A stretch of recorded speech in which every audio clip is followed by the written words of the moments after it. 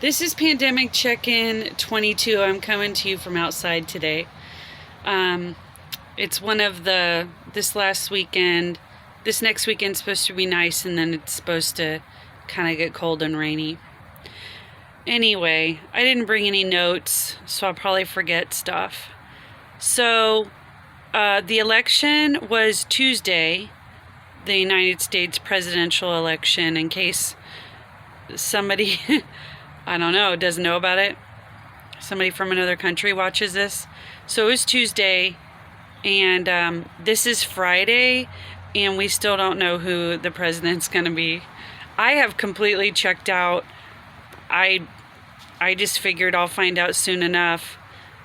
There's no point in sitting by the TV with bated breath. I don't know. So I had a few thoughts.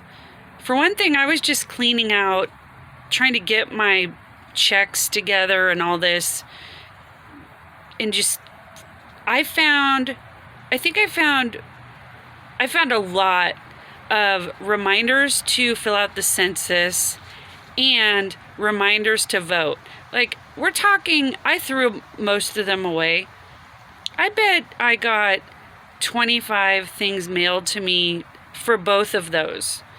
I don't know what people are thinking that we need to be reminded to fill out the census and to vote that many times.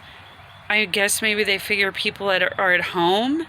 So it's just very bizarre. Also, the amount of emails that I'm getting from companies are just ridiculous. I don't want to hear from you that much. I don't want to grade everything you do. I don't want to give you amount of stars for one transaction, like buying a measuring tape. What's with all this validation? I mean, anyway. Okay, so the other thing was, for some reason, I Googled whether or not all of this unemployment people are getting, like, the extra $600. That is all taxable, people. It's going to be very interesting to see people paying taxes on all of this money that you've been getting from the government. Plus, it's going to affect your health insurance, because to get health insurance through Obamacare, I know it's called something else, but I mean, most people call it Obamacare. It was his idea. So you have to estimate your income for the following year to base what health insurance you choose. Health insurance has just opened up November 1st, but so it's like open enrollment, or if you're already in it, you can choose your plan. But if you're getting all of this extra money that's taxable, your income might be a lot higher than it used to be, which is going to up how much it's going to cost to pay health insurance. That's going to be very interesting. I don't know how that's going to pan out, or how that's going to work out next year. If they're going to, in a way, you're kind of getting penalized for it. I don't know. It's just something that I thought of and just looked into for some reason today. So I have no idea about coronavirus numbers either.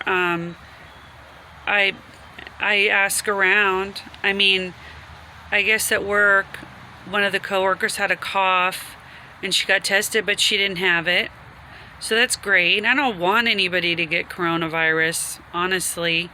I think it'd be great if it was just over, and that'd be fine with me. Anyway, you know, you hear things like, oh, hospitals are at capacity and all this. You know, I still pick up at that hospital. I'm not hearing anything like that from the hospital I go to. It's not like we have deep, dark conversations while I'm just picking up the mail. But, you know, you can kind of tell from the parking lot and things like that. It's not just bombarded with cars or anything. It's actually kind of empty. This election thing, I'm so grateful for my friends who warned my friend Nick warned me about this. He said it's going to take a very long time for them to count the votes because of early voting, something that they couldn't start counting the early voting votes until election day. So he's like, that's going to take a long time. So I went kayaking. I'm just doing my life, working on the audiobook. One day I'm going to find out who the president is. The funny thing, the really not funny thing is, the thing that's extremely not funny about the concern if Trump loses, and I don't know if it's on other people's minds, but it's like, it doesn't seem like he'll go out easily if he loses. I think that's on everyone's mind.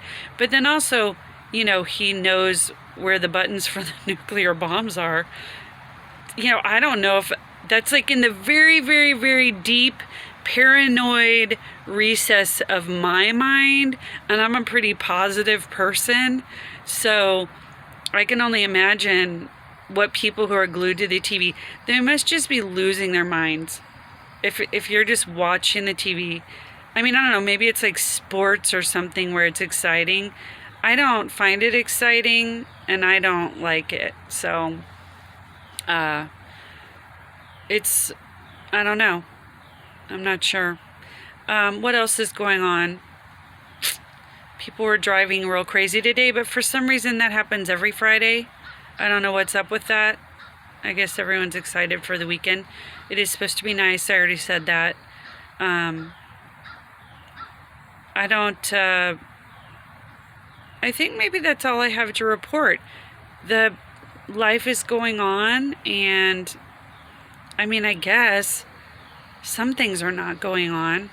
I just heard, because I listened to last podcast on the left, that the rats are starving in New York because restaurants are closed. And when I lived in Chinatown, those rats are huge. They're huge.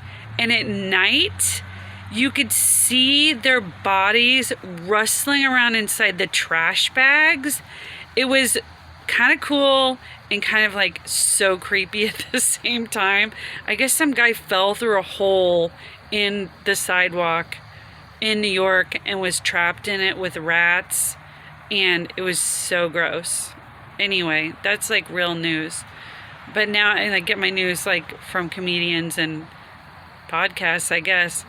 And now my podcast audiobook is on SoundCloud, bippity-boppiting around during the pandemic.